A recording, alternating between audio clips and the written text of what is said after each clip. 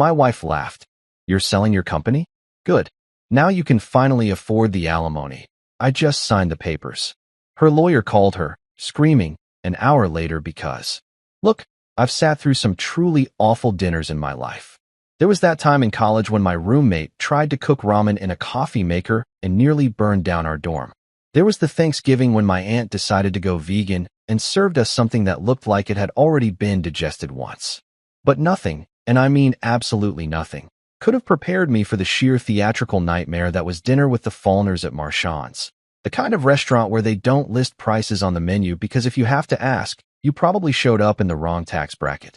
The place was all exposed Edison bulbs and reclaimed barnwood, the kind of aggressively trendy spot where the waiters introduce themselves like they're auditioning for a Netflix drama, and every dish comes with a backstory longer than most people's resumes.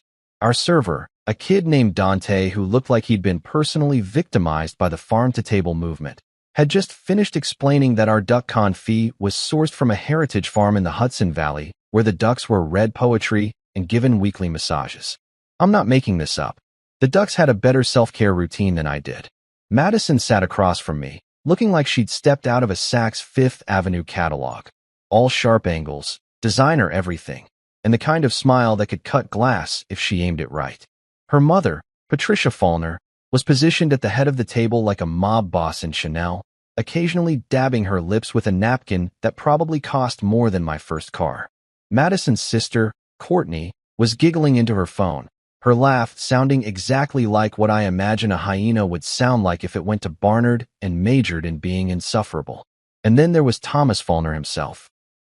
The great corporate titan, the man whose face had graced the cover of Forbes more times than I'd had hot meals, sitting there with his jaw clenched so tight I was worried he'd crack a molar on his own self-importance.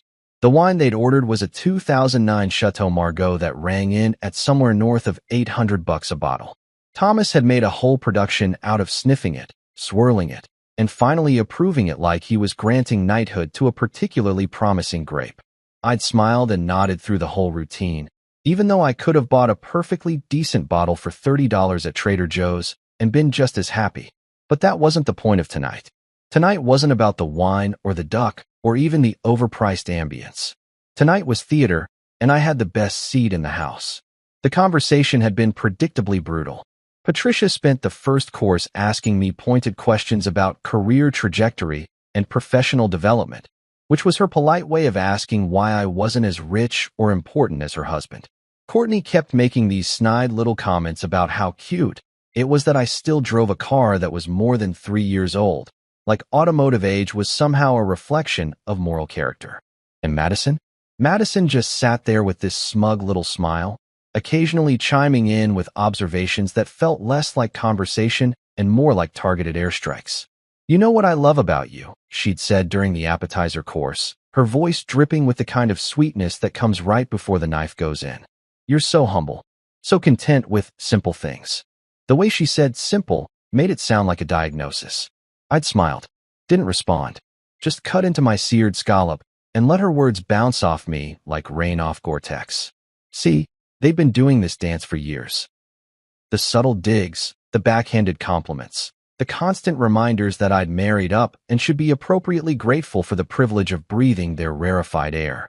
And for years, I'd taken it, smiled through it, played the part of the humble husband who'd won the lottery by landing Madison Faulkner. But tonight was different. Tonight, I had a secret sitting in my briefcase like a loaded gun, and I was just waiting for the right moment to pull the trigger. Thomas cleared his throat, the universal signal that he was about to say something he considered profound, and raised his glass. A toast, he announced, his voice carrying that particular quality of a man who's used to people shutting up when he talks. To family, to success, and to knowing your place in the world. The table raised their glasses obediently. I raised mine too, watching the candlelight play off the wine like liquid rubies. Knowing your place in the world. That was rich coming from a man who'd spent the last decade treating me like I was part of the furniture, useful when needed, invisible the rest of the time. That's when Madison struck. She turned to me with that smile, the one that looked warm from a distance but felt like frostbite up close, and said loud enough for Dante, and probably half the restaurant to hear, "Well, Thank God you finally sold that little tech company of yours. Maybe now you can actually afford to pay me back what I'm owed for carrying this marriage financially all these years." The table erupted in polite laughter, the kind that's not quite mean enough to be called cruel, but definitely not friendly enough to be called kind. Patricia smirked into her wine glass. Courtney actually snorted, which was impressive considering how much Botox she'd had done recently. And Thomas? Thomas just sat there with this tight little smile, his eyes glinting with what I can only describe as paternal approval. His daughter had landed a good one. A zinger. A real barn burner. I took a slow sip of my obscenely expensive wine and set the glass down with exaggerated care. Then I smiled. Really smiled, the kind of smile that reaches your eyes and makes people wonder what you're thinking, and raised my glass one more time. "You're absolutely right, Madison," I said, my voice steady and warm and perfectly pleasant. "To new beginnings." They clinked their glasses against mine, laughing and nodding and completely missing the subtext. They thought I was being gracious. They thought I was accepting my role in their hierarchy. They thought I was toasting to my good fortune and finally being able to contribute meaningfully to the Fallner family legacy. They had no idea I was actually starting the countdown to what I'd privately dubbed Operation Poetic Justice. See, the contract in my briefcase wasn't just any contract. It was the signed, sealed, and legally ironclad transfer of ownership for my little tech company, the one Madison had just dismissed with such casual cruelty, to Richard Langston. And if that name doesn't ring a bell for you, it definitely rang a bell for Thomas Fallner, because Langston was the man Thomas had publicly eviscerated in a Forbes interview 5 years ago, calling him a cautionary tale about confusing luck with talent. Langston had never forgotten that, and neither had I. My company wasn't some cute startup. It was the backbone of half the shipping logistics on the western seaboard, including, and here's where it gets really fun, the entire operational infrastructure of Fallner Industries. Every shipment, every delivery, every supply chain optimization that had kept Thomas's empire running like a well-oiled machine for the past 8 years, that was my software, my code, my little tech company. And as of 3 hours ago, it all belonged to Richard Langston, along with a very special clause, Section 14.2.3, if you're keeping track at home, that permanently banned Fallner Industries and Thomas Fallner personally from ever accessing that technology again. I sat there at that overpriced table, surrounded by people who'd spent years treating me like a particularly useful appliance, and I couldn't help but smile into my duck confit. This dinner, this painful, excruciating performance of family togetherness, was essentially the last meal before a slow-motion corporate apocalypse, and they were too busy laughing at me to see the mushroom cloud forming on the horizon. Dante came by to ask if we wanted dessert. I ordered the chocolate souffle. After all, when you're about to burn down an empire, you might as well enjoy the pastry course. The drive home from Marchand's took about 40 minutes, which gave me just enough time to decompress from the psychological warfare that passed for family dinner with the Fallners. I had the radio tuned to some jazz station that played the kind of smooth, instrumental stuff that makes you feel like you're in a noir film, even if you're just sitting in traffic on the 405 watching a Tesla nearly sideswipe a soccer mom in a Suburban. Madison had taken her own car. She always did when we went to her parents' place, claiming she needed the autonomy of her own vehicle, which I'm pretty sure was code for, "I might want to leave early if you embarrass me." I pulled into our driveway around 10:30, the garage door rolling up with that familiar mechanical groan that I'd been meaning to get fixed for about 6 months, but never quite got around to. The house was one of those modern minimalist numbers in the hills, all clean lines and floor-to-ceiling windows that made you feel like you were living in an IKEA catalog. Madison had hired some interior designer named Sven or Bjorn or whatever Scandinavian name was trendy that year, and he'd turned the place into a monument to aggressive neutrality. Everything was white, gray, or that particular shade of beige that design magazines call grayish, because apparently we've run out of actual colors to name. But there was one room in this temple of tasteful emptiness that remained mine. My office. My sanctuary. My so-called man cave. Though I'd always hated that term because it made me sound like some dude who spent his weekends watching football and drinking beer from a helmet, which, for the record, I've never done, though I'm not judging anyone who has. The room was tucked away in the back corner of the house, past the guest bedroom that no guests ever used, and the home gym that Madison visited about as often as I visited the dentist, reluctantly and under duress. I'd claimed this space early in our marriage, back when we were still pretending to compromise on things, and I designed it exactly the way I wanted it. Dark mahogany bookshelves lined 2 walls, stuffed with everything from first editions of Hemingway to dog-eared paperbacks of science fiction novels I'd read in college.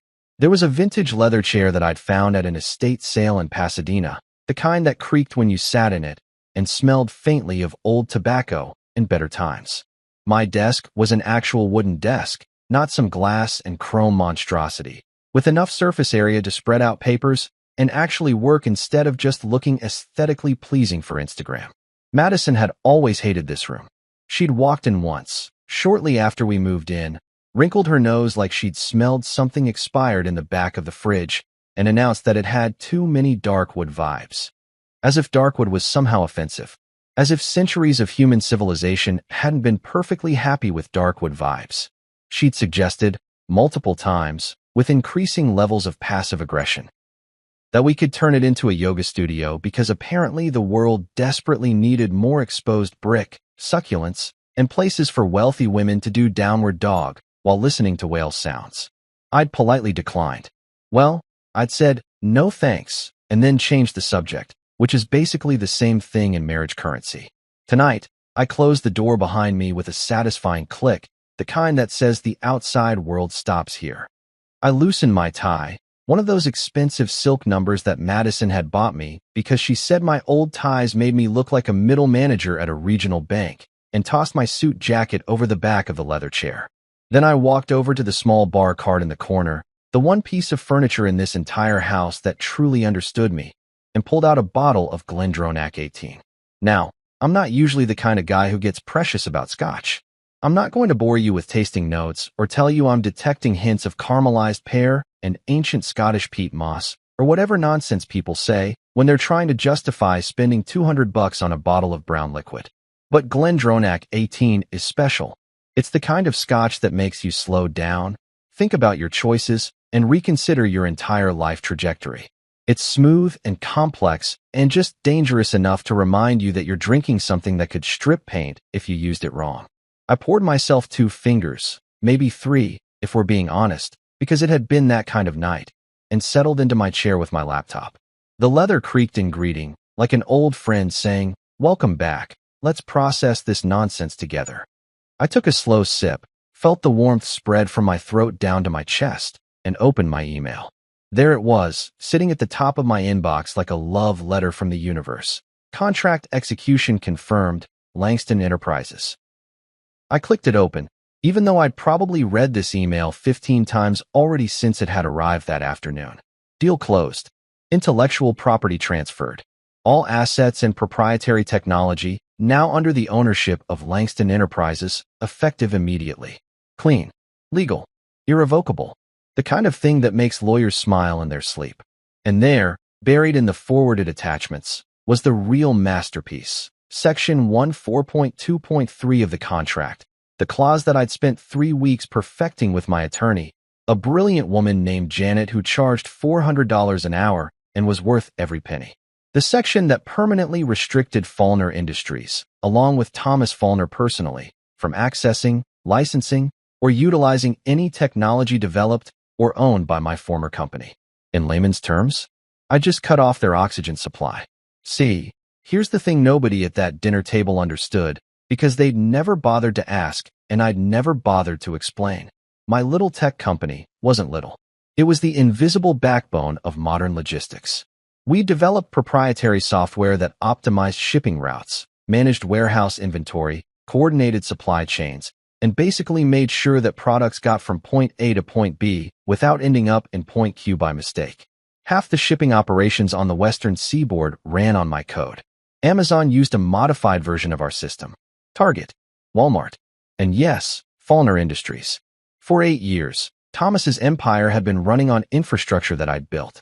Every on-time delivery, every efficient warehouse operation, every quarterly earnings report that made him look like a genius in front of shareholders That was my software working in the background like a really competent stage crew that nobody ever sees or thanks. They'd been laughing at the man who built their oxygen tank, making jokes about my little tech thing, while their entire operation depended on it.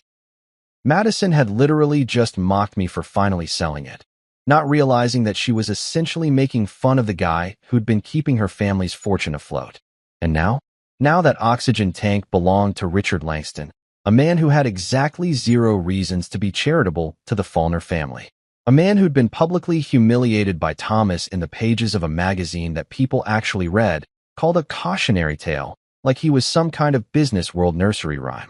Langston had smiled through it at the time, given the requisite "I respect his opinion" statement to the press, and then apparently spent the next 5 years quietly plotting the kind of revenge that requires patience, capital, and a really good memory. When he'd approached me 6 months ago, casually, at a tech conference in San Jose, over coffee that tasted like it had been filtered through an old gym sock, I'd almost said no. Almost. But then he'd mentioned Thomas's name, and something in his eyes had lit up like Christmas morning, and I'd realized we were thinking the exact same thing. The enemy of my enemy is my new business partner. I took another sip of scotch and leaned back in my chair, staring at the screen. Tomorrow morning, when the deal went public and the tech transfer became official, Faulkner Industries would wake up to find that their entire logistics system had been retired. Not stolen, not hacked, nothing illegal, just contractually unavailable.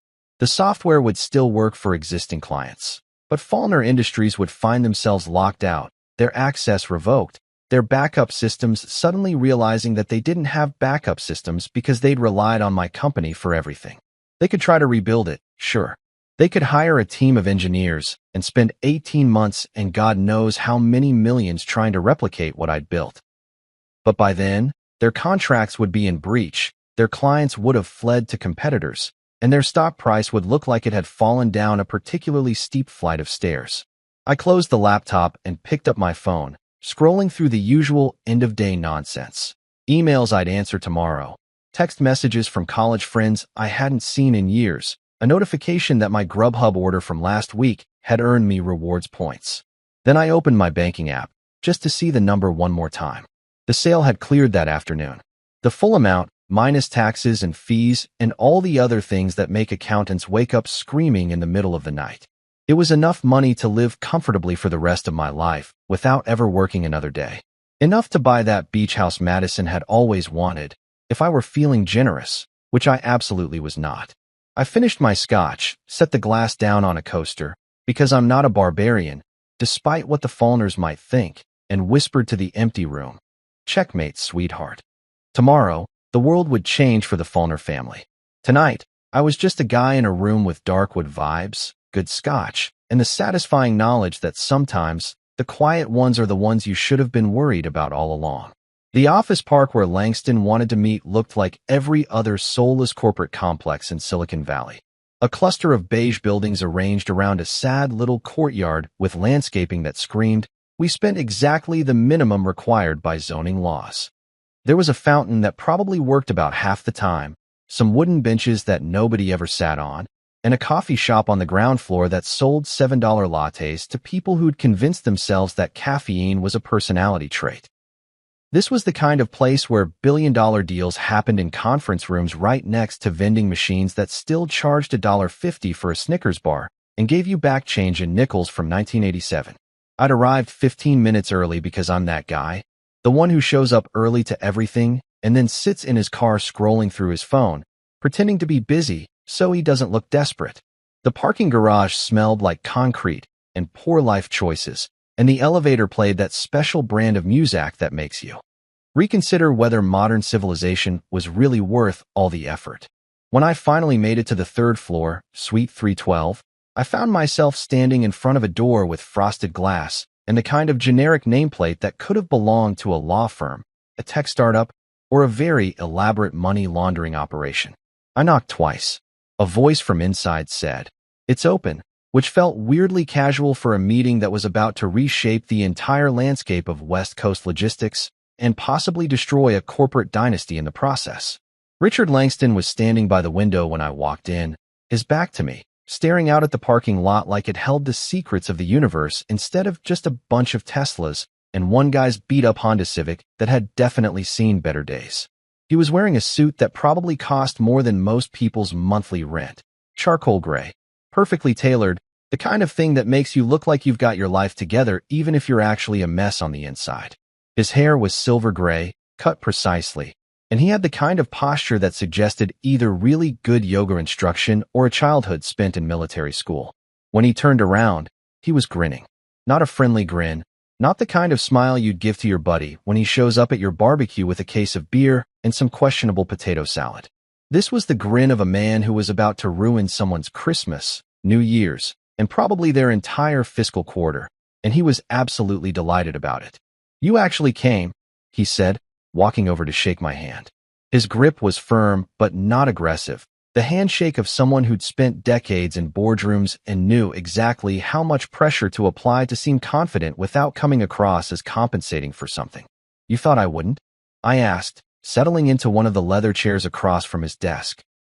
The office was nicer than I'd expected given the building's exterior. Mahogany furniture, actual art on the walls instead of those generic motivational posters about teamwork and synergy, and a coffee setup that looked like it belonged in a boutique cafe rather than a temporary office space. "I thought you might have second thoughts," Langston said, sitting down across from me and leaning back in his chair like we were just two old friends catching up instead of two guys about to commit corporate homicide. Cold feet. Conscience. Whatever you want to call it. Most people don't have the stomach for this kind of thing. I smiled. Most people didn't spend the last 8 years being treated like the help at their own family dinners. He laughed at that. A genuine laugh. The kind that crinkles the corners of your eyes and makes you seem almost human. "Fair point. You want coffee? I've got a guy who brings in beans from some farm in Guatemala where they handpick each one and sing to it, or some nonsense.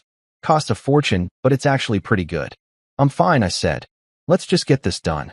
Langston's expression shifted slightly, the humor fading into something more serious, more focused. He reached into his desk drawer and pulled out a manila folder, because apparently even in the digital age, the really important stuff still gets printed on actual paper, and slid it across the desk toward me. "The final contract," he said. "Everything we discussed, all the clauses we negotiated, the whole 9 yards. My legal team looked it over about 17 times. Your lawyer, Janet, she's scary, by the way. I like her. She signed off on everything yesterday afternoon. This is it. The moment of truth, as they say in movies right before someone makes a terrible decision." I picked up the folder and opened it, even though I'd already memorized every single word of this contract. I'd read it so many times that I could probably recite it in my sleep. But there's something about holding the physical document in your hands that makes it real, that transforms it from an abstract concept into something concrete and irreversible. The contract was straightforward enough on the surface. Transfer of ownership, intellectual property rights, financial terms, all the standard stuff that makes lawyers feel like they're earning their hourly rate. But then there was Section 14.2.3, buried on page 27 like a landmine waiting to go off. The clause that permanently, irrevocably, in perpetuity banned Fallner Industries and Thomas Fallner personally from accessing, licensing, or utilizing any technology developed by my former company.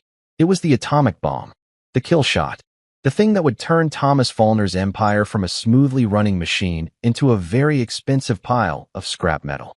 Langston was watching me read, his fingers drumming lightly on the desk. "You sure you want to go through with this?" he asked, and there was something in his voice that sounded almost like genuine concern, which was weird considering he had just as much to gain from this deal as I did. "Once we sign this thing, there's no takebacks, no do-overs. The clock starts ticking, and it doesn't stop until everything they've built comes crashing down." I looked up from the contract and met his eyes. "No leaks, no headlines," I said, repeating what we'd agreed on from the beginning. "We do this in silence. Clean. Professional. By the time they figure out what's happening, it'll be too late to stop it." He nodded slowly, reached into his jacket pocket, and pulled out a pen. One of those fancy fountain pens that people who take themselves too seriously always carry around like it's some kind of status symbol. He clicked it once, a sharp sound that felt weirdly final in the quiet office. "You know what Thomas said about me in that Forbes interview?" Langston asked, his voice casual but with an edge underneath it like a knife wrapped in velvet. He said I was a cautionary tale, said I'd mistaken luck for talent, and that the market would eventually correct my undeserved success. That article came out the same week my daughter graduated from Stanford. She called me crying because her friends had read it and were asking if our family was going broke. I remember, I said quietly. I'd read that interview when it came out, back when I'd still been naive enough to think that Thomas's cruelty was just business, just the way powerful men talked about their competition. I hadn't realized then that cruelty was actually his love language. Langston picked up the contract and flipped to the signature page. He read through section 14.2.3 one more time, his eyes scanning the legal language that would permanently ban the Fallners from the technology that kept their empire running. Then he let out a low whistle, the kind of sound you make when you see something impressive or terrifying or both. "You're colder than I remember," he said, looking up at me with something that might have been respect or might have been fear or might have been a mixture of both. I smiled. "No, just efficient." He signed his name with a flourish, the fountain pen scratching across the paper with a sound that felt like history being written. Then he slid the contract back across the desk to me, along with the pen. My turn. I picked up the pen. It was heavier than I expected, substantial, the kind of object that made you feel like what you were doing mattered, and found the signature line. My hand hovered over the paper for just a second, a tiny moment of hesitation where my brain tried one last time to talk me out of this. But then I remembered Madison's voice at dinner, loud enough for the whole restaurant to hear, mocking me for my little tech company. I remembered Thomas's tight smile of approval, like he was proud of his daughter for putting me in my place. I remembered 8 years of being invisible, of being the punchline, of being treated like furniture that occasionally made useful contributions to the household. I signed my name. The Empire's clock officially started ticking. We shook hands again, and Langston walked me to the door, still grinning like a kid on Christmas morning. "Pleasure doing business with you," he said. "Let's do this again sometime. Maybe over that expensive coffee." "Maybe," I said, though we both knew this was probably the last time we'd ever see each other. We'd gotten what we wanted. The rest was just watching the dominoes fall. By the time I reached my car in the parking garage, my phone buzzed in my pocket. I pulled it out and saw the notification, "Transfer confirmed. Funds deposited. Deal complete." It had started raining while I was inside. One of those sudden California drizzles that comes out of nowhere and makes everyone forget how to drive. I sat in my car, turned on the wipers, watched them sweep back and forth across the windshield in a steady rhythm, and whispered to nobody in particular, "Checkmate, sweetheart." Then I drove home through the rain, already wondering how long it would take for the Fallners to realize their entire world was about to implode. The next morning, I woke up to the sound of high-pitched laughter drifting through the house, like some kind of audio assault weapon designed specifically to ruin a perfectly good Saturday. I checked my phone, 9:30, which meant Madison was already up and entertaining, because God forbid she ever sleep past 9 on a weekend like a normal human being who appreciates the concept of rest. I could hear voices coming from the back patio, that particular frequency of female conversation that sounds like a cross between a book club meeting and a corporate espionage operation. I threw on a t-shirt and a pair of jeans, the weekend uniform of men everywhere who've given up trying to impress anyone, and made my way downstairs. The kitchen smelled like overpriced coffee and whatever organic pastries Madison had probably ordered from that bougie bakery in Los Feliz that charged $14 for a croissant because it was hand-laminated by a French guy named Pierre.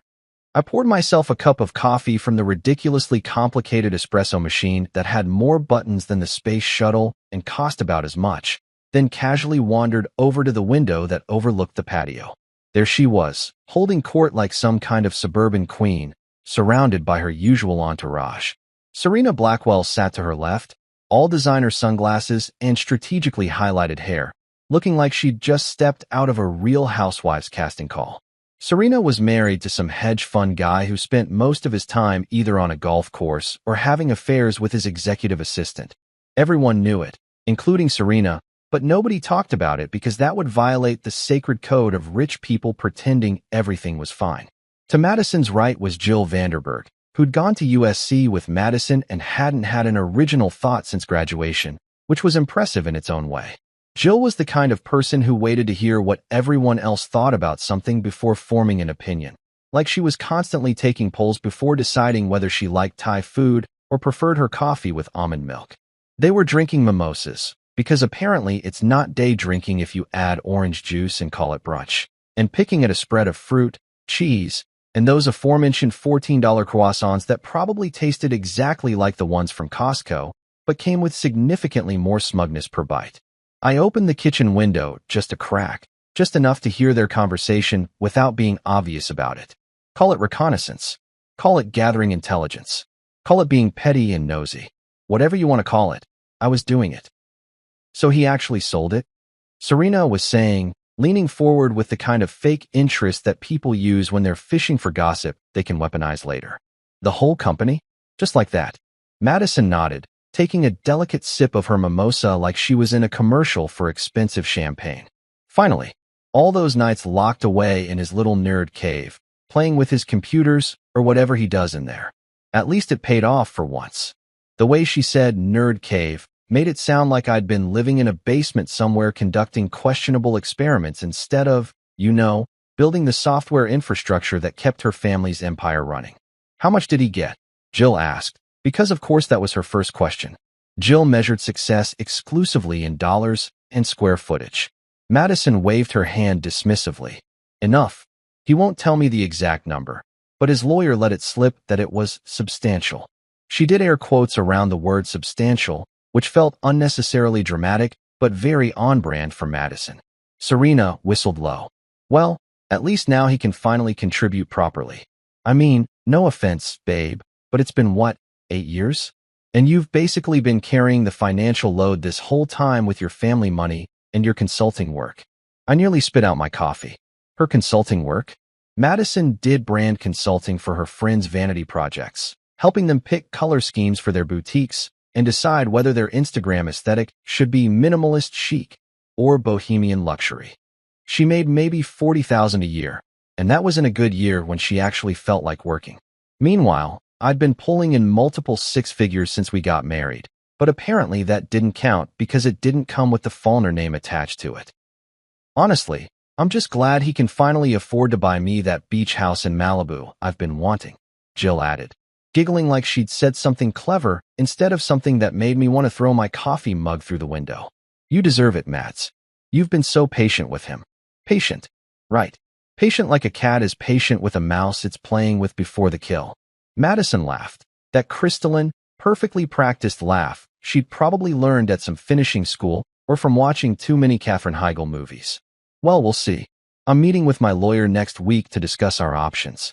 I think it's time we had a serious conversation about our financial arrangement. Now that he's actually worth something, we should probably restructure how we handle marital assets. I'd heard enough. I closed the window quietly and pulled out my phone, navigating to our home network settings. We had one of those smart home systems that controlled everything: lights, temperature, security, and yes, the Wi-Fi. Madison had insisted on it because she'd seen it in some celebrity's house tour on Architectural Digest and decided we needed to be able to control our window blinds with an app like civilized people. I pulled up the Wi-Fi settings and changed the password. The old one had been Madison F 2017, the year we got married, because she was sentimental like that. The new one was By Felicia 2025. I hit save and watched as every device on the network disconnected simultaneously. Within seconds, I heard Serena's voice from the patio. Wait, did your Wi-Fi just die? That's weird, Madison said, and I could practically hear her frowning. It was working fine a second ago. I smiled into my coffee and headed back upstairs to my office. Time for phase 2. I opened my laptop and pulled up the email I'd been drafting for the past week. The one I'd written and rewritten about 40 times, trying to get the tone exactly right. Professional but firm. Clear but not cruel. The kind of email that says, I'm done, but I'm going to handle this like an adult, without actually using those words. 2. Email protected. Subject, dissolution of marriage, asset documentation required. Martin, I'm filing for divorce from Madison Faulkner.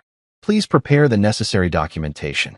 I've attached a preliminary asset disclosure form for your review.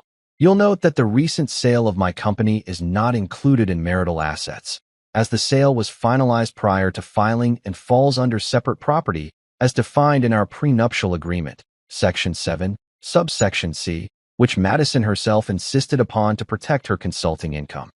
I'm prepared to offer Madison the house, the joint savings account, the investment portfolio we built together, and her choice of vehicles. I'll retain my personal accounts, my retirement fund, and obviously, the proceeds from my company's sale. Please advise on next steps. Best regards. Name. I read it over one more time, made a minor adjustment to the wording in the second paragraph, and hit send. The email whooshed out into the digital void, carrying with it the official end of 8 years of marriage and the beginning of what I was privately calling Operation Fresh Start. Then I forwarded the same information to Madison's lawyer, Marcus Webb, a guy who looked like he bought his suits at the same place as TV lawyers and had a handshake that felt like grabbing a wet fish. I'd met him once at a charity event and immediately pegged him as the kind of attorney who was great at writing strongly worded letters but would fold faster than origami in an actual courtroom. I sat back in my chair and waited. In my experience, lawyers moved at exactly 2 speeds, glacially slow when you needed them to hurry, and panic attack fast when they realized something had gone horribly wrong. Marcus Webb chose panic attack fast. My phone rang exactly 10 minutes later. I let it go to voicemail. Then Madison's lawyer called. Then my lawyer called to tell me that Madison's lawyer had called her in what she described as a state of heightened confusion bordering on mild hysteria. 5 minutes after that, I heard the front door slam open with enough force to rattle the pictures on the walls. High heels clicked across the hardwood floor like gunfire, rapid, angry, and heading straight for my office. Madison didn't bother knocking. She burst through the door still wearing her brunch outfit, her face flushed either from the mimosas or the rage or possibly both, her phone clutched in one hand like a weapon. "You filed?" she demanded, her voice hitting that particular pitch that dogs probably found uncomfortable. I swiveled my chair to face her, completely calm, coffee still in hand. "Yes." "You sold the company?" The disbelief in her voice would have been funny if it wasn't so predictable. "Yup." "How much?" She stepped closer, like proximity would somehow force the answer out of me. I took a slow sip of my coffee, let the silence hang there for just a second longer than was comfortable, and then smiled. Enough to buy peace and quiet. Her mouth opened, closed, opened again. For maybe the first time in our entire marriage, Madison Faulkner was actually speechless. It was beautiful, in a schadenfreude kind of way. Her phone buzzed. She looked down at it, her face going from red to pale in about 3 seconds flat. I'm guessing that was Marcus Webb sending her the asset disclosure, the one where she'd realized that her little nerd cave had been worth more than everything else we owned combined, and now it was gone. She looked back up at me, and I saw something in her eyes that I'd never seen before. Not anger, not hurt, but the dawning realization that she'd miscalculated. Badly. "We're going to fight this," she said, but her voice had lost its edge. "You can try," I replied, "but you might want to reread that prenup you insisted on. Section 7. You remember, the one where you wanted to make sure your consulting income stayed separate? Turns out that clause works both ways." She left without another word, heels clicking back down the hallway, slightly less confident than when they'd arrived. My phone buzzed with an email from Janet. "Marcus Webb just called me 3 times. I think he might be crying. Well done. Phase 1 complete." I smiled, finished my coffee, and got back to work. After all, revenge is exhausting, and I still had 9 more phases to go. The beautiful thing about revenge, and I mean really well executed, meticulously planned revenge, is that you don't have to do anything once you've set it in motion. You just sit back, pour yourself another cup of coffee, and wait for the dominoes to fall. It's like watching a Rube Goldberg machine, except instead of a ball rolling through a series of tubes and hitting a lever that rings a bell, it's a corporate empire slowly realizing that their entire infrastructure just evaporated like morning dew in the California sun. The morning after I changed the Wi-Fi password and filed for divorce started out pretty normal.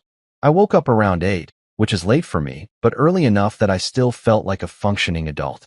Madison's side of the bed was empty and perfectly made, which told me she'd either left early or hadn't come home at all. My money was on the latter. She'd probably spent the night at her parents' place. crying into her mother's expensive shoulder pads about how her ungrateful husband had the audacity to file for divorce after she'd graciously tolerated his existence for 8 years. I made myself some pancakes because that's what you do when your life is falling apart or coming together, depending on your perspective. You make pancakes.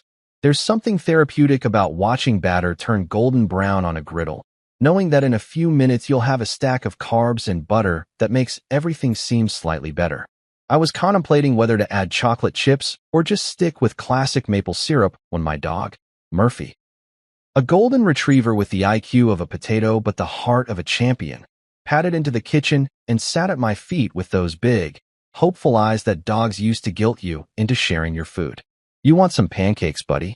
I asked, which was a stupid question because Murphy wanted pancakes the same way fish want water. I tossed him a piece, watched him catch it midair with the kind of athletic precision he definitely didn't apply to anything else in his life, and felt pretty good about the day ahead. That's when Madison's phone started ringing in the other room. She'd left it on the charger in the living room, which was unusual because Madison treated her phone like a vital organ that couldn't be separated from her body for more than 30 seconds without triggering some kind of biological crisis. I heard it buzzing from the kitchen, that insistent, demanding buzz that says, "This is important. Pick me up right now or face the consequences." I ignored it. Not my phone, not my problem. It stopped ringing, then started again, then stopped, then started again. Murphy looked up at me with concern, like even he understood that this level of persistent calling meant something had gone catastrophically wrong somewhere. I walked into the living room, pancake still in hand, because I wasn't going to let a phone call interrupt breakfast, and glanced at the screen. The caller ID read, Faulkner Group CFO, Michael Chun. I'd met Michael once at some company holiday party where everyone pretended to enjoy small talk, while secretly calculating how early they could leave without seeming rude. He was a nice enough guy, competent, professional, the kind of person who always had a spreadsheet ready for any occasion. He was also the kind of guy who only called when something was on fire, metaphorically speaking. I let it go to voicemail, then watched as he immediately called back. This was getting interesting. I picked up the phone, not to answer it, just to see what was happening, and saw that Madison had 17 missed calls in the last 30 minutes. 17. Michael Chun, Thomas Faulkner, someone named David Operations, and about 6 calls from Madison's mother, Patricia, which probably meant the news had already spread through the family like a virus through a preschool. The phone rang again. This time I almost answered it just to hear what Michael would say, but that felt like overplaying my hand. Better to let them panic, let them scramble, let them realize the full extent of the problem before they knew I was the cause of it. I went back to the kitchen, fed Murphy another piece of pancake, and turned on the TV. CNBC was doing their morning market coverage, showing the usual parade of stock tickers and people in expensive suits pretending they could predict the future. I flipped to a local news station. Nothing yet. Too early. The real chaos wouldn't hit the news cycle for another few hours, once the financial bloggers and trade journalists started picking up on the fact that Faulkner Industries had mysteriously gone dark. My own phone buzzed. A text from Janet, my lawyer. "Are you watching the news? Check Faulkner Industries stock." I pulled up a financial app on my phone, the kind that gives you real-time stock quotes and makes you feel like a day trader even though you're just some guy eating pancakes in his kitchen. I typed in the Faulkner Industries ticker symbol and watched the page load. The stock was down 18% in pre-market trading. I let out a low whistle. Murphy tilted his head, confused. "It's starting, buddy," I told him, scratching behind his ears. "The great collapse of 2025. We're witnessing history here." By 10 o'clock, Madison's phone had accumulated 43 missed calls. By 10:30, someone started calling my phone. I didn't recognize the number, but it had a Los Angeles area code, which meant it was probably someone from the Faulkner Empire trying to track me down like I was some kind of fugitive who'd stolen the family silver. I declined the call, then blocked the number, then made myself another cup of coffee because this was shaping up to be a longer morning than I'd anticipated, and I wanted to be properly caffeinated for the Schadenfreude. At 11, the news broke. Not on CNBC or Bloomberg, but on TechCrunch. A blog post with the headline, "Major Logistics Provider Suffers Mysterious System Failure, Affects Multiple Fortune 500 Companies." The article was short, just a few paragraphs, but it mentioned that several companies, including Fallner Industries, had experienced catastrophic system failures in their logistics operations. Shipments were frozen. Warehouses were operating on manual processes. Delivery schedules were in chaos. And nobody seemed to know why. The comments section was already filling up with speculation. Software bug. Cyber attack. Insider sabotage. One person suggested it might be related to a recent corporate acquisition, which made me smile because they were closer to the truth than they realized. My phone buzzed again. This time it was a text from Langston. "You watching this? It's beautiful." I texted back, like watching a symphony. He sent back a champagne emoji, which felt appropriate. By noon, the chaos had reached critical mass. I'd been monitoring the situation from my office. Murphy sprawled at my feet like a furry, judgmental therapist, watching as the Fallner Industries crisis metastasized from a technical problem into a full-blown corporate emergency. The stock was now down 23%. Trading had been halted twice for volatility. Financial reporters were scrambling to figure out what was happening. And somewhere in downtown Los Angeles, in a glass tower with too many floors and not enough common sense, Thomas Fallner was probably realizing that his entire empire had been built on a foundation that just disintegrated. I pulled up the group chat I had with a few former employees from my old company. Good people who'd moved on to other positions, but still kept in touch. Someone had posted a screenshot from inside Fallner Industries' main server room. The error message was simple, clinical, and absolutely devastating. Access denied. User restricted per contract section 14.2.3. Someone else posted, "Wait, they're banned? Who bans their own logistics provider?" Another message, "Not banned. Specifically restricted. Like by name." I heard Thomas Fallner is personally listed in the restriction clause. That's some next-level petty. I respect it. I laughed out loud, startling Murphy, who lifted his head with a look that said, "Are you okay, or are you finally losing it?" I scratched his head and went back to reading. According to my sources, and by sources I mean people who still worked in the industry and love gossip almost as much as they love paychecks, the scene at Fallner Industries headquarters was somewhere between a disaster movie and a dark comedy. The CIO had apparently tried to reboot the entire system, only to discover that the system wasn't broken.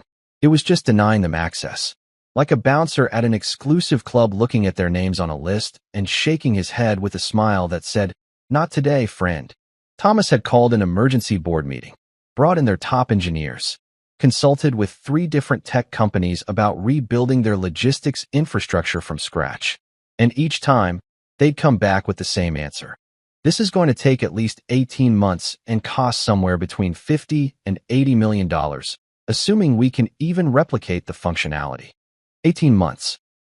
In 18 months, Fallner Industries would lose every major contract they had. Their clients would migrate to competitors. Their stock would be worthless.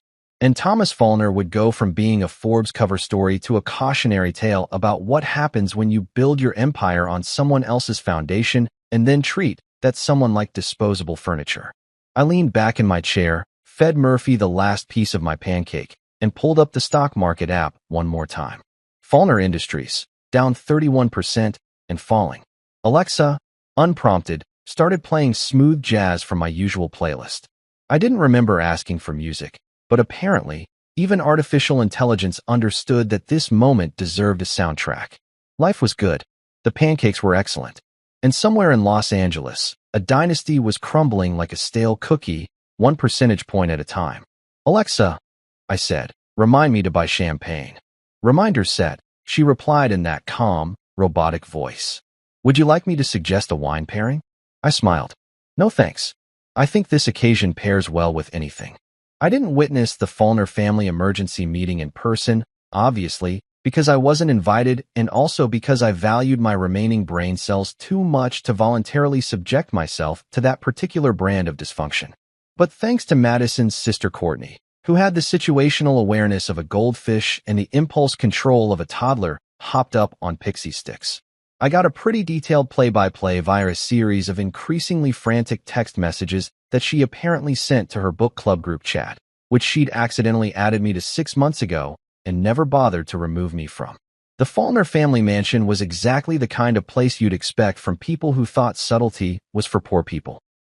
It sat in the hills overlooking the city like a modern feudal castle, all white stone and enormous windows and architecture that screamed, "We have more money than taste, but we hired someone with taste, so it's fine." There were approximately 7,000 square feet of living space, which seemed excessive for 4 people, but I guess when you're Thomas Fallner you need room for your ego plus guests. The chandelier in the entryway alone probably cost more than most people's cars, and there were so many rooms that I'd once gotten lost trying to find the bathroom during Thanksgiving dinner and ended up in what I can only describe as a formal sitting room that nobody had sat in for at least a decade based on the dust situation. According to Courtney's breathless text updates, which she was sending in real time like she was covering a war zone for CNN, Madison had shown up around 3 in the afternoon driving like she was auditioning for Fast and Furious, nearly taking out her mother's prized rose bushes in the driveway.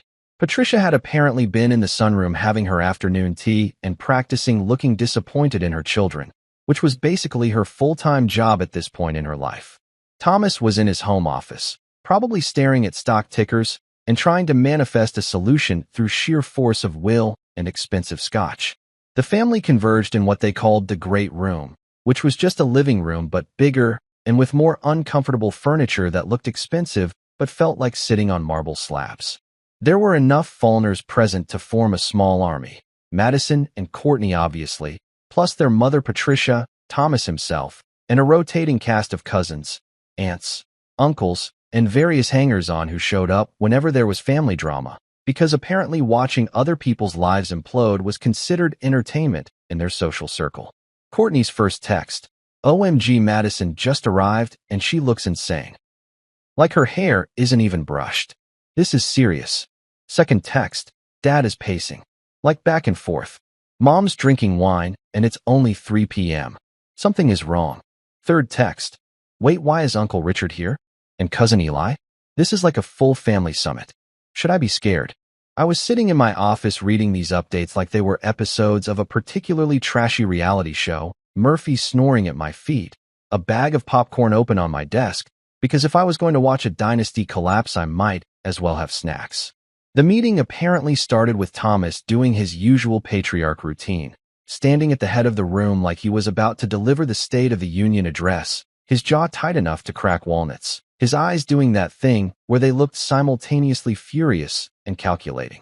Madison sat on one of those uncomfortable couches, her hands twisted in her lap, probably realizing for the first time that being married to me had been the equivalent of sleeping next to a ticking time bomb for 8 years and never bothering to check if it was armed. "This is a disaster," Thomas had apparently announced, because the Fallners never met a dramatic statement they couldn't make more dramatic. "The company is hemorrhaging money by the hour. Our stock is in free fall. Our clients are threatening to pull contracts. And it's all because of that." And here Courtney had helpfully included that he'd used a word that I won't repeat, but rhymes with glass bowl. Patricia, according to the text updates, had immediately jumped in with her own contribution.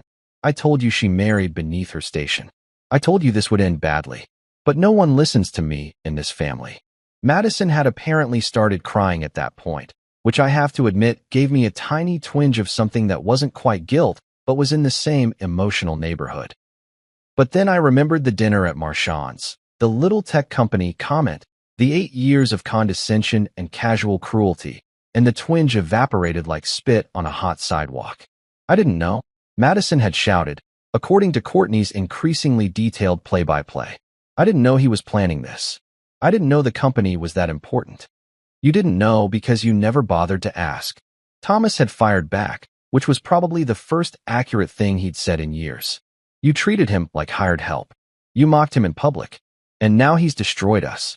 This was where it got really interesting, because according to Courtney, who was apparently live texting from behind a decorative column like some kind of architectural spy, Cousin Eli spoke up.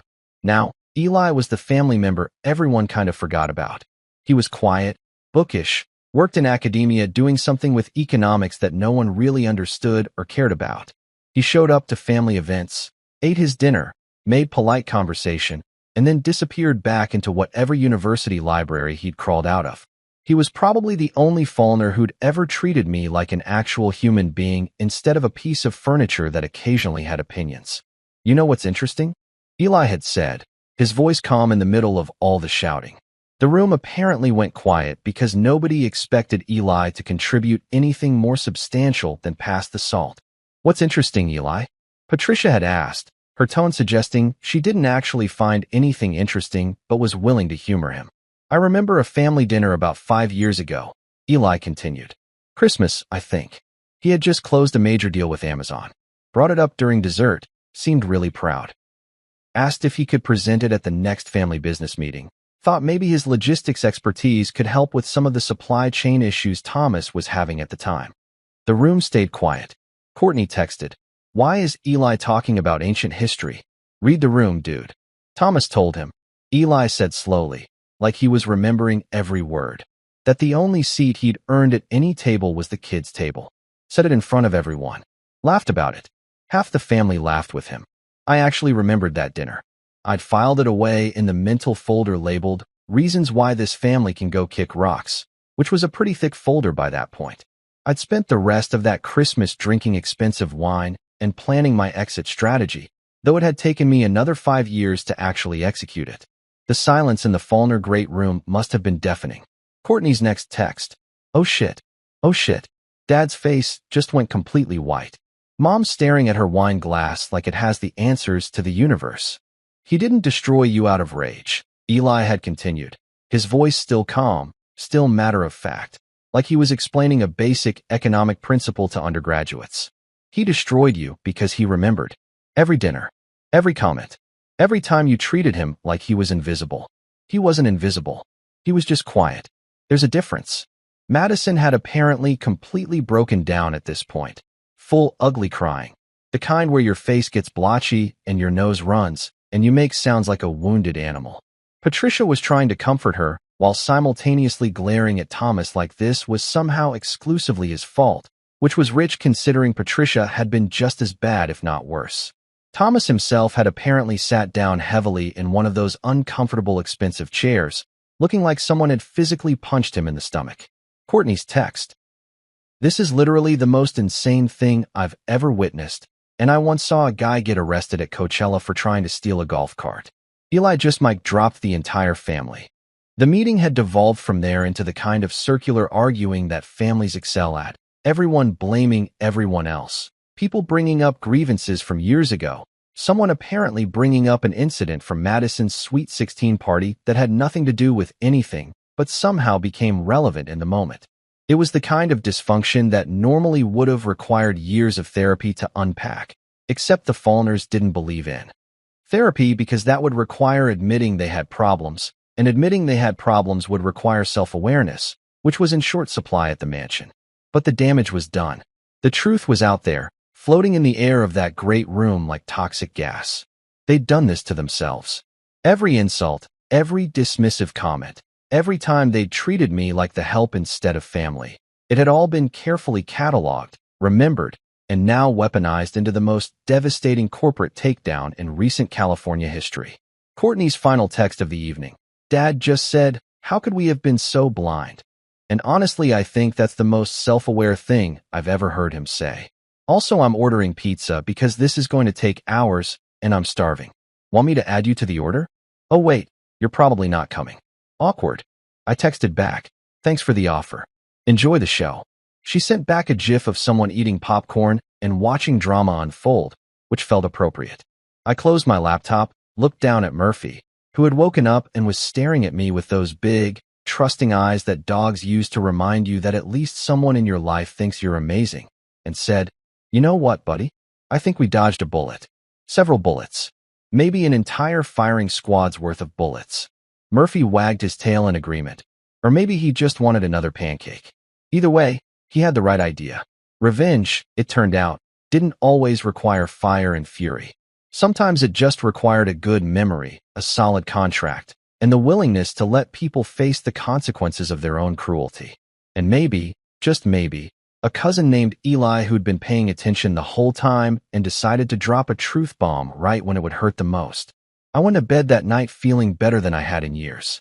I woke up the next morning to my phone vibrating like it was having some kind of electronic seizure on my nightstand. For a second, In that foggy space between sleep and consciousness where your brain hasn't quite remembered how to function like a civilized human being. I thought maybe I'd accidentally set 17 alarms, or Murphy had somehow learned to use my phone and was ordering himself premium dog food from Amazon.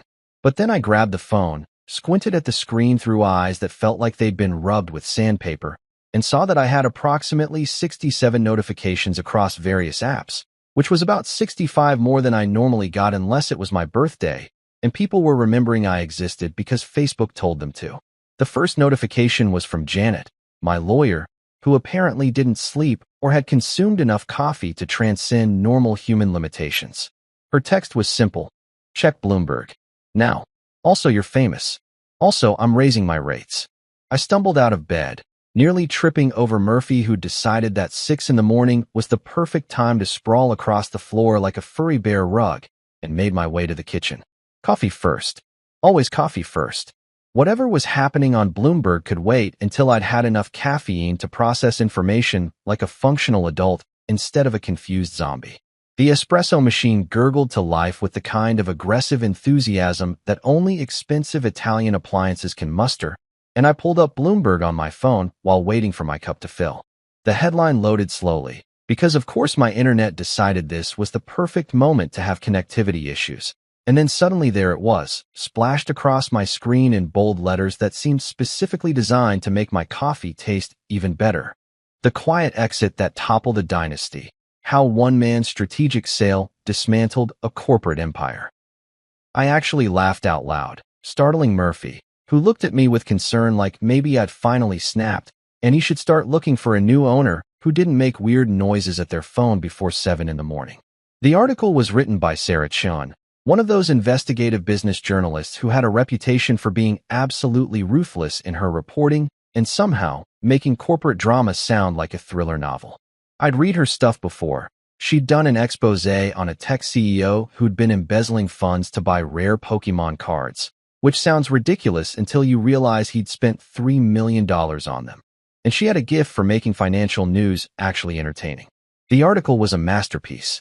I'm not just saying that because it made me look good, though it definitely did make me look good. Sarah had somehow pieced together the entire timeline of events. The sale of my company to Langston Enterprises, the strategic timing right before I filed for divorce, the clause that banned Fallner Industries from accessing the technology they'd built their entire logistics operation on. She'd interviewed former employees, industry analysts, even some of Fallner Industries' competitors who were barely hiding their glee at watching Thomas Fallner's empire crumble like a poorly made sandcastle. But the best part, the absolute chef's kiss moment that made me want to frame this article and hang it on my wall, was the quote from Langston himself. Sarah had apparently tracked him down and asked him why he'd agreed to buy my company, and his response was pure gold. He gave me exactly what I needed to succeed in the market. His family gave me the motivation to make sure that success hurt the right people. I had to set my coffee down because I was laughing too hard to hold it safely.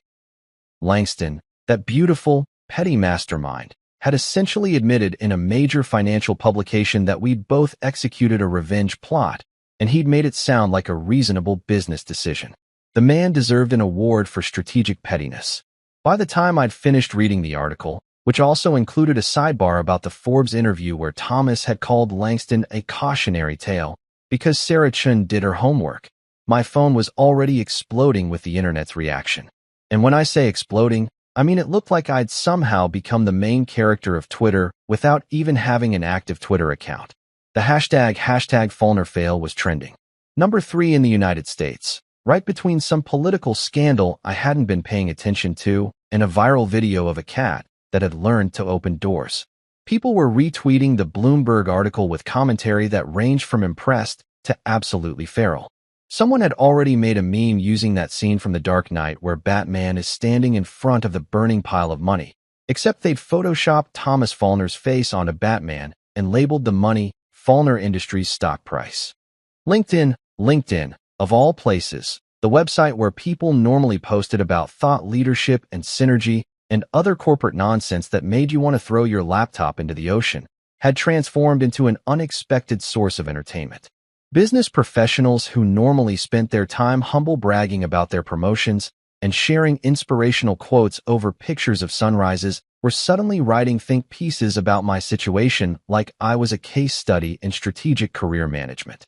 One post from a guy named Derek Chun, who listed himself as a serial entrepreneur, disruptor, coffee enthusiast, had gone semi-viral with the caption, "This is what happens when you underestimate the quiet ones." The people you ignore today might be the ones dismantling your empire tomorrow.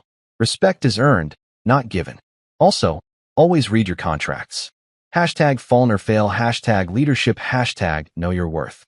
Derek had 17,000 likes and counting. I'd never met Derek. I wasn't entirely sure Derek was a real person and not just an algorithm designed to generate LinkedIn content. But I appreciated his support nonetheless. Another post, this one from a woman named Priya Sharma who worked in tech consulting, had turned the whole situation into a poetry reading about underrated spouses and corporate revenge. I'm not kidding. She'd written an actual poem. It was called Ode to the Husband They Underestimated, and it included lines like, "While they laughed at dinner tables, he coded their demise, line by line."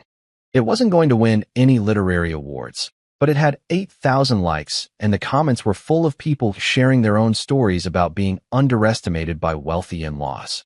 The internet had decided I was iconic, which was a weird feeling considering I'd spent most of my adult life trying to be invisible and uncontroversial. But apparently strategic revenge was trending, and I was the poster child for it. My phone buzzed with a text from a number I didn't recognize. "Hey, it's Eli. Courtney gave me your number. Hope that's okay.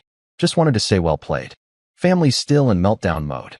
Mom's drinking mimosas for breakfast. Dad's on his third emergency board meeting. It's chaos. Also, that Bloomberg article is incredible. You're a legend. I texted back. Thanks for the truth bomb yesterday. Heard it landed pretty hard. Someone had to say it. They've been insufferable for years. Honestly, watching them face consequences for once is the best entertainment I've had since I discovered true crime podcasts. I liked Eli. Eli got it. By lunchtime, Madison had apparently lost 3 speaking engagements.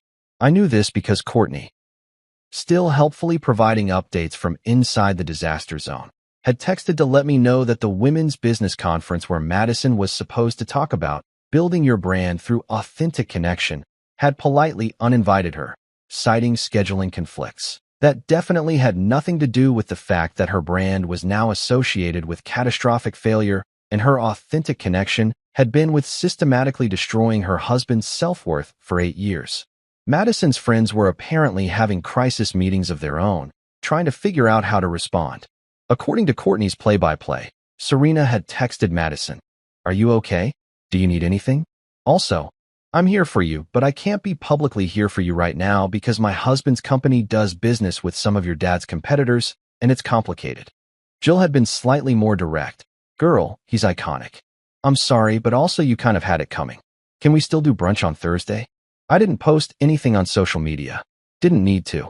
The story was telling itself, spreading across the internet like wildfire through dry brush, and my silence was apparently making me even more mysterious and therefore more interesting. Someone on Twitter had started a thread speculating about what I was doing right now. Theories ranged from probably on a beach somewhere sipping expensive drinks to definitely planning his next move, because people like this always have a next move. The truth was significantly more boring. I was sitting in my office, eating leftover pizza for lunch, watching Murphy chase his tail in circles, and occasionally checking my phone to see what new chaos had erupted in the last 5 minutes. Revenge, it turned out, was even better when it went viral. I didn't have to do anything except exist and watch the internet do its thing, turning my personal grievances into a cultural moment and Madison's family into a cautionary tale about treating people with basic human decency. My phone buzzed one more time. "Janet, you seeing this? You're trending. This is the weirdest case I've ever worked on, and I once represented a guy who got divorced because his wife found out he was married to his Tesla. Enjoy it. You've earned it." I smiled, took a bite of cold pizza, and thought about how sometimes the best revenge isn't just served cold. It's served publicly, with social media commentary and LinkedIn poetry on the side. I wasn't there when Madison stormed into Martin Glay's office like a Category 5 hurricane wearing Louboutins, but I got a pretty detailed account from Martin's paralegal, a sharp woman named Rosa who I'd worked with during the prenup negotiations and who apparently had zero loyalty to Madison and a great appreciation for office drama. Rosa texted me the highlights about an hour after the meeting, complete with commentary that suggested she'd enjoyed every minute of watching Madison's reality crumble like a stale cookie. Martin Glay's office was located in one of those glass towers in Century City, where every floor looked exactly the same, and the elevators played smooth jazz like they were trying to hypnotize you into accepting your legal bills without complaint. The place screamed expensive lawyer from the moment you walked in. Marble floors, abstract art that probably cost more than a car, a reception desk staffed by someone who looked like they'd been hired specifically to make visitors feel underdressed and inadequate. Martin himself was exactly the kind of lawyer you'd expect from Madison's social circle. Mid-50s, suspiciously good hair that defied the normal laws of male pattern baldness, suits that probably required their own insurance policy, and a handshake that Rosa had once described as like grabbing a fish that had given up on life. I'd met him exactly twice during our marriage. Once at a charity gala where he'd spent 20 minutes telling me about his vacation home in Cabo and his daughter's acceptance to Yale, neither of which I'd asked about.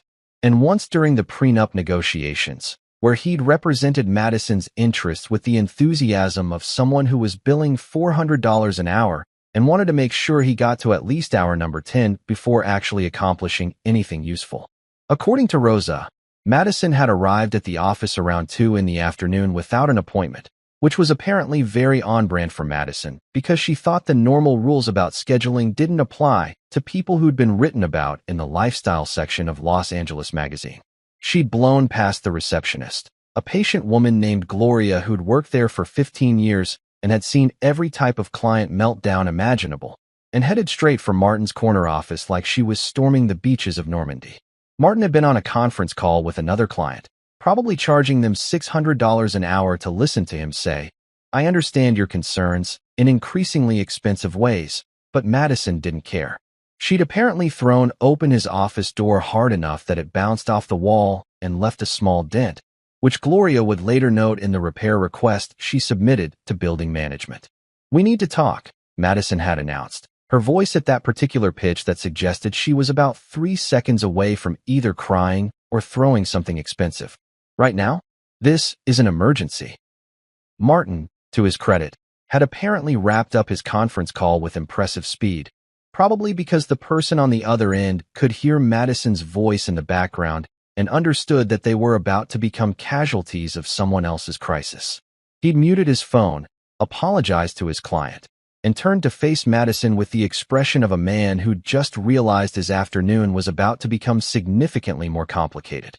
"Madison," he'd said, using that calm, measured tone that lawyers deploy when they're trying to de-escalate a situation without actually committing to helping with anything. "Why don't you have a seat, and we can discuss whatever's troubling you?" "I don't want to sit," Madison had fired back, because apparently sitting was for people who weren't in the middle of a complete life implosion. "I want you to fix this. I want you to freeze his assets. Sue him. Call every judge you know. Call the governor if you have to. I don't care what it takes, but you need to stop him." Martin had apparently glanced at Rosa, who was standing in the doorway trying very hard to look professional while also clearly dying to know what was happening. He'd given her a small nod that said, "Close the door and hold all my calls," which Rosa had done while immediately texting me, "OMG, you should see your wife right now. She's having a full meltdown, and it's glorious."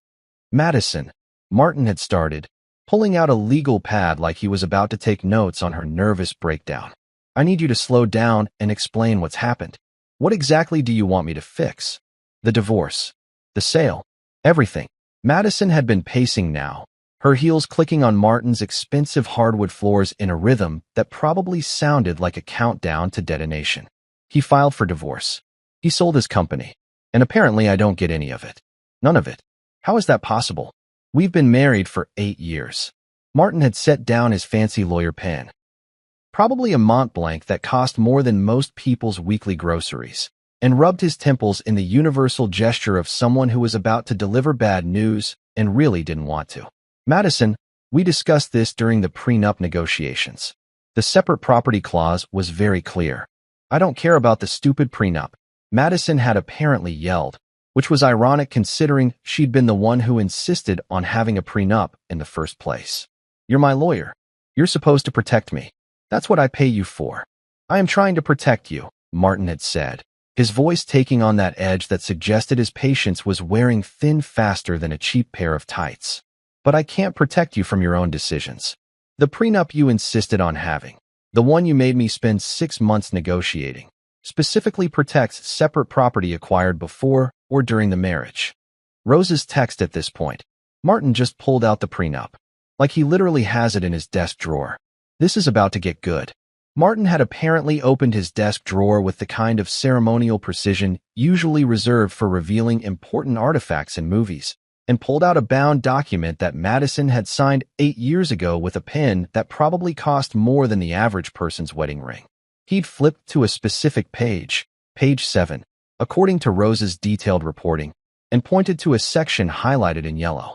Section 7, subsection C, Martin had read aloud, his voice taking on that particular quality lawyers use when they're quoting text that's about to ruin someone's day. "Any income, assets, or business interests acquired by either party during the marriage shall remain the separate property of that party and shall not be subject to division in the event of divorce, provided that said income, assets, or business interests are maintained in separate accounts and are not commingled with marital assets."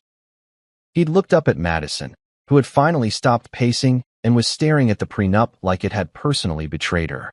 "You insisted on this clause, Madison.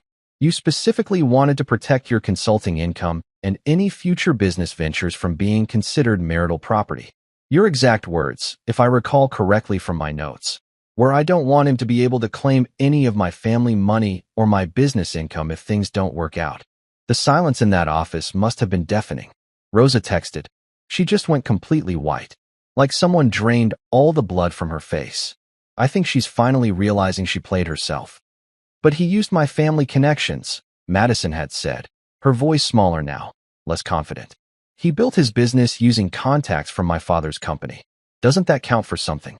Martin had shaken his head slowly, like a doctor delivering a terminal diagnosis.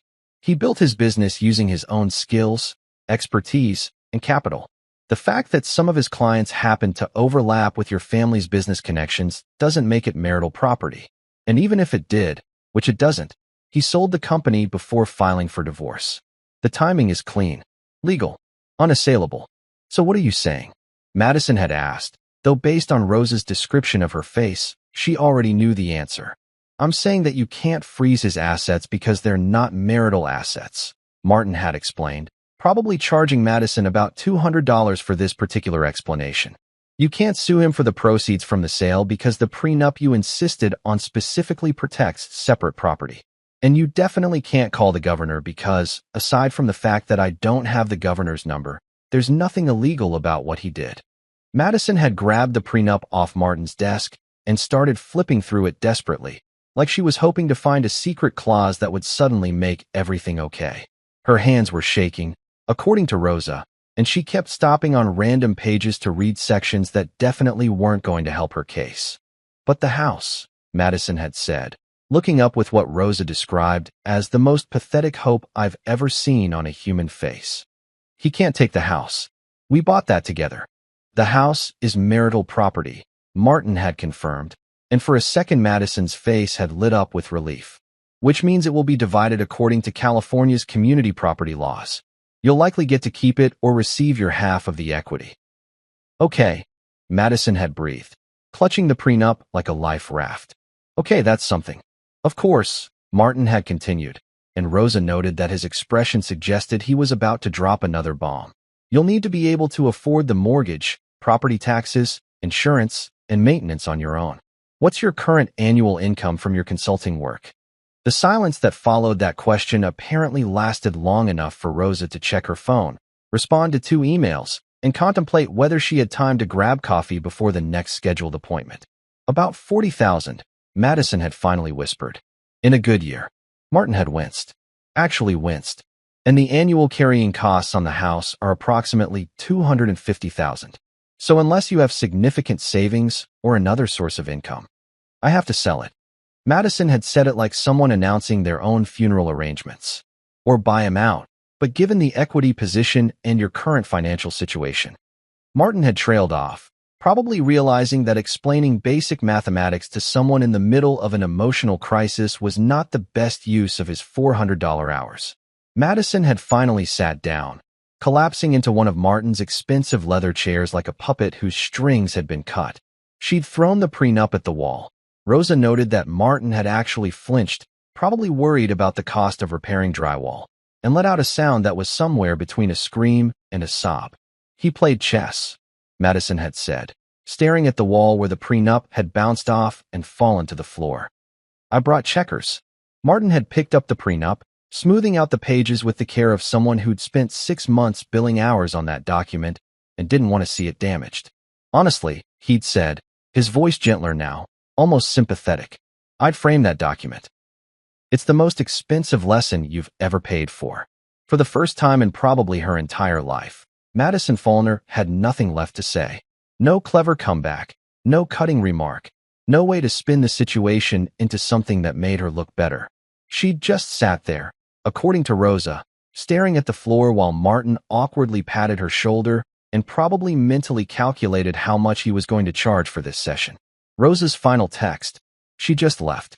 Didn't say goodbye, didn't schedule a follow-up, just walked out like a zombie. Martin immediately poured himself a scotch from his desk bottle, and it's only 3 p.m. I think you broke your wife. Also, can I get a copy of that prenup? I want to use it as a teaching example for my paralegal certification class about the importance of actually reading what you're signing. I texted back, talk to Martin. Pretty sure attorney-client privilege applies. But I appreciate the play-by-play. Worth a shot. This was the best entertainment I've had since the guy who tried to divorce his wife because she told people he liked pineapple on pizza. You're a legend. I set my phone down and looked at Murphy, who'd been listening to me laugh while reading Rosa's texts with the confused concern of a dog who thinks his owner might be losing his mind. You know what, buddy? I said, scratching behind his ears. Sometimes the best weapon is the one your opponent gives you. And sometimes, that weapon is a prenup they insisted on having. Murphy wagged his tail, unimpressed by my philosophical musings, but always supportive nonetheless. The text came 3 days after the lawyer incident. Simple, direct, almost humble. Can we meet? Just to talk. Please. I stared at it for a solid 5 minutes, debating whether responding was worth the emotional energy. Murphy looked at me like I was being dramatic, which was fair. I texted back, neutral ground. You pick. She chose some minimalist cafe in Silver Lake. The kind of place where everything was reclaimed wood and exposed Edison bulbs, where the baristas had man buns and opinions about coffee bean origins, and where a simple latte cost $8 because it came with a lecture about fair trade practices and sustainability. The place smelled like oat milk, overpriced pastries, and the kind of earnest hipster energy that made you want to roll your eyes and order a regular black coffee, just to be contrarian. Madison was already there when I arrived, sitting at a corner table looking smaller than I'd ever seen her. No makeup, hair in a simple ponytail, wearing jeans and a sweater instead of her usual designer armor. She looked like a regular person dealing with regular problems, which was probably the first time in her adult life she'd experienced that particular sensation. Thanks for coming, she said quietly as I sat down. I ordered a black coffee, because of course I did, and waited. She'd called this meeting. She could start. I'm not here for money, she began, her hands wrapped around her cup like it was the only thing keeping her grounded. I just want to understand. Why did you have to go this far? I took a slow sip of my coffee, which was actually pretty good despite the performative hipster nonsense. Understand what, Madison? How mirrors work. She flinched like I'd slapped her. Good. I pulled out my laptop, because I'd come prepared, because I was done with ambiguity, and opened a file. Faulkner Group's financials. Before and after. Stock prices, market cap, projected losses. The numbers told a story that didn't require narration. Respect is an ode, I said, turning the laptop so she could see the graphs that looked like someone had pushed a boulder off a cliff. It's earned. You spent 8 years treating me like expensive furniture. This is just me rearranging the room. Her voice broke. I didn't know they treated you like that. I did. The crying started. Quiet. Genuine. The kind that comes from actual realization rather than manipulation. I finished my coffee in silence, the cup making a hollow sound when I set it down. I stood up, grabbed my coat. Left a 20 on the table even though I didn't need to. Old habits. I don't hate you, Madison, I said, looking down at her one last time. Hate takes effort. I just stopped caring. The cafe door chimed as I left. Murphy was waiting in the car, ready to go home. The courtroom echoed like a funeral. Faulkner Group bankruptcy hearing, case number whatever doesn't matter anymore. Thomas sat at the front table, gray and deflated, looking like someone had unplugged his power source. Madison sat behind him, practicing invisibility, something she'd never been good at until now. Patricia was absent, probably at home drinking wine and blaming everyone except herself. The judge was a no-nonsense woman named Martinez who'd clearly seen every variety of corporate mess and had zero patience for drama. She skimmed the sale contract, reading section 14.2.3 with what might have been amusement. You sold your core software and listed yourself as restricted access? She asked me directly. Yes, Your Honor. Congratulations. That's a first in my courtroom. By noon it was official. Faulkner Industries, deceased. Stock, worthless. Empire, dust. Outside, I sat in my car and sent one text to Madison. Alimony's affordable now. How's your empire? No emoji. No sarcasm. Just peace. See, revenge doesn't always mean fire and fury. Sometimes it's just silence and a really good contract they should have read more carefully. I drove home. Fed Murphy pancakes. Turned on some jazz. Life was good.